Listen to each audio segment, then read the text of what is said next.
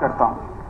मैं पहली बार सदन का सदस्य चुनकर आया हूं और मुझे जिस प्रकार से पहली बार महामहिम राज्यपाल महोदय का अभिभाषण पढ़कर इस पर अपने विचार रखने का मौका दिया गया, मैं समझता हूं कि यह क्षण मेरे लिए बहुत ही गौरवशाली है। महामहिम राज्यपाल महोदय ने अपने अभिभाषण में जो काम किए गए तथा जो काम आने वाले समय में करने हैं, उन सभी विषयों को अपने अभिभाषण के माध्यम से बताने का काम किया है। माननीय अध्यक्ष महोदय जी, भारतीय जनता पार्टी की सरकार की हमेशा से यही सोच रही है कि किस प्रकार से समाज के अंतिम पंक्ति में बैठे हुए व्यक्ति को सरकार की विभिन्न योजनाओं का लाभ हम कैसे प्रदान कर सकते हैं, उसके लिए हमारी सरकार संकल्पबद्ध तरीके से आगे बढ़ रही है। इसके लिए सरकार द्वारा ई सिस्टम के माध्यम से सरकार की लाभकारी योजनाओं को जन जन तक पहुंचाने का काम किया गया। अध्यक्छ महोदय जी, हमारे प्रदेश का क्षेत्रफल पूरे देश का लगभग 1.54% है, लेकिन बावजूद इसके हम केंद्रीय खाद्यान्न भंडार में सहयोग करने में पूरे देश में नंबर 2 पर आते हैं। यह बात इस का प्रमाण है कि हमारे प्रदेश का किसान और कमेरा वर्ग कितना कर्मठ और मेहनती है। अध्यक्ष महोदय जी, गरीबी के दुख को केवल वही आदमी सही तरीके से बता सकता है जिसने गरीबी को नजदीक से देखा होगा, लेकिन भारतीय जनता पार्टी की सरकार ने पिछले 10 वर्षों के कार्यकाल में आम आदमी की भलाई के लिए जो कार्य किए हैं, उसकी वजह से आज चाहे कमेरा वर्ग हो, किसान हो या अन्य युवा वर्ग हो, इन सब के चेहरे खिले हुए हैं। यही नहीं कि आज हमारे बच्चों को भी यह पता चल गया है कि अगर पढ़ेंगे तो हम आगे बढ़ेंगे, उनको घर बैठे बिना खर्ची बिना पर्ची नौकरी मिल जाएगी। इस बात का मैं एक सच्चा उदाहरण सदन को जरूर बताना चाहूंगा कि भारतीय जनता पार्टी की सरकार में पढ़े लिखे बच्चों को मोबाइल पर मैसेज आते हैं कि जो टेस्ट आपने दिया है आप उसके लिए सिलेक्ट हो गए हैं और आप नौकरी ज्वाइन करें। आप देखिए कि जिस घर के लोगों ने कभी 2 टाइम की रोटी के लिए भी मशक्कत और मेहनत मजदूरी करनी पड़ी हो, वो अपना सारा समय कैसे गुजार दिया हो और उसके लिए बच्चों को इस तरह की नौकरी ज्वाइन करने के मैसेज आ गए हैं, तो यह सदन स्वयं अंदाजा लगा सकता है कि उन बच्चों और परिवारों के लोगों से कितनी दुआएं इस सरकार के लिए निकली होंगी। आज प्रदेश का नौजवान कह रहा है कि भला हो मुख्यमंत्री नायब सैनी जी का, भला हो भारतीय जनता पार्टी की सरकार का, कि यह बात वे इसलिए कह रहे हैं कि उन्होंने भरोसा हो गया है कि आज बिना खर्ची बिना पर्ची मेरिट के आधार पर उनकी नौकरियां लगती रहेंगी और वे जीवन के पथ पर आगे बढ़ते रहेंगे। वास्तव में इसको सही मायने में व्यवस्था परिवर्तन कहते हैं। पहले लोग कहा करते थे कि सत्ता आती जाती रहती है, लेकिन व्यवस्था नहीं बदलती, और मैं गर्व के साथ ये कह सकता हूं कि 10 वर्षों में भारतीय जनता पार्टी ने वो व्यवस्था परिवर्तन करने का काम किया है कि आखिर किस प्रकार से हरियाणा में व्यवस्था परिवर्तन हुआ है।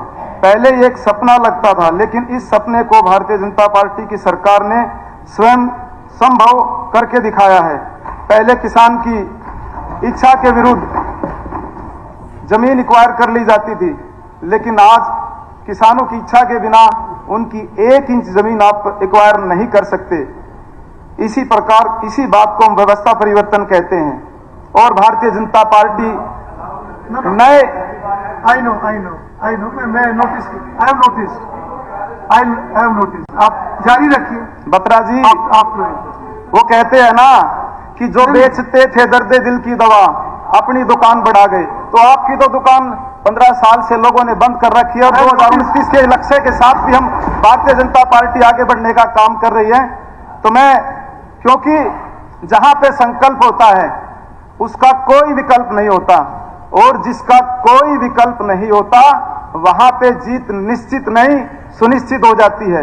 आगामी 5 वर्षों में भारतीय जनता पार्टी नए संकल्प के साथ, नए विजन के साथ, नए लक्ष्य को आगे लेकर बढ़ेगी और 2029 में निश्चित रूप से फिर चौथी बार भारतीय जनता पार्टी की सरकार बनेगी। अध्यक्ष महोदय, मेरी राजनीति में आकर लोगों की भलाई करने की इच्छा रही है। भारतीय जनता पार्टी की सरकार ने मुझे चुनाव लड़ने का मौका देकर मेरी इच्छा को पूरा करने का काम किया है। मैं आज इस सदन के माध्यम से अपने हल्के की जनता का धन्यवाद करना चाहूंगा कि जिन्होंने मुझे जिताकर इस सदन में भेजने का काम किया। और अब मेरा दायित्व बन जाता है कि मैं खरखोदा हल्के के विकास को कराने की दिशा में कोई कसर नहीं छोड़ूंगा। मेरा सभी माननीय सदस्यों से निवेदन कि सदन में चर्चा में भाग लेते हुए जो वक्तव्य हम दें उसको लगातार पढ़ के ना बोले, रेफरेंस के लिए हम लिख सकते हैं, पर पहली बार का है, फर्स्ट टाइम है, तो मगर इस बात का सभी ध्यान रखें। फर्स्ट टाइमर जो है मेडन स्पीच पढ़ के बोल सकते हैं। ठीक है, अगली बार। धन्यवाद। हल्के के विकास कराने की दिशा में कोई कोर कसर नहीं छोड़ूंगा। अध्यक्ष महोदय जी, आपने मुझे महामहिम राज्यपाल के अभिभाषण पर बोलने के लिए जो समय दिया उसके लिए मैं बारंबार धन्यवाद करता हूं। और हमारे हल्के की 2-3 मुख्य समस्याएं हैं, उनके लिए मैं जरूर आपसे निवेदन करना चाहूंगा कि खरखोदा में एक तो पानी की निकासी की व्यवस्था आज तक नहीं हो पाई है और एक सीवरेज सिस्टम चौपट है और पेयजल की व्यवस्था का हल कराना भी हमारी प्राथमिकता में है।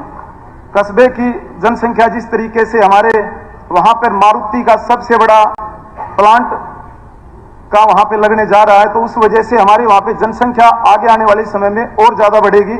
उसके लिए भी हमें अभी से तैयारी करनी पड़ेगी। जैसे खरखोदा के हर चौक पर हम ट्रैफिक सिग्नल की व्यवस्था हम कैसे कर सकते हैं।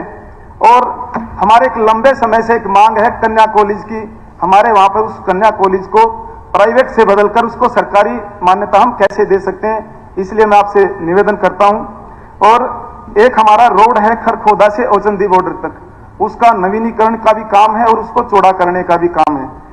और लगभग ये हमारे हल्के में ककरोई गांव है और ककरोई गांव से वो रास्ता हमारा सोनीपत तक जाता है और लगभग उसमें 25 गांव उससे कनेक्ट हैं, तो वो रास्ता भी वहां पे खराब है। और जहां तक हमारे खरखोदा शहर की बात है, जैसे सामुदायिक केंद्र है, उसमें वहां पे ना एक्सरे मशीन है, ना अल्ट्रासाउंड की मशीन है, ना स्टाम्प और अन्य कई सुविधाएं वहां पे नहीं है। और प्रधानमंत्री सड़क योजना के तहत गांव के रास्तों को चौड़ा करना भी हमारे हल्के की प्राथमिकता में आप ये जरूर एक बार शामिल करें। और एक हमारे वहां पर एक महाभारत कालीन एक मंदिर है, तो मैं ये चाहता हूं उसका भी एक नवीनीकरण करके उसका पर्यटक स्थल का दर्जा दिलाने का काम करे। उसका छपड़ेश्वर मंदिर के नाम से वो प्रसिद्ध है। आपने मुझे बोलने का मौका दिया, धन्यवाद अध्यक्ष महोदय जी।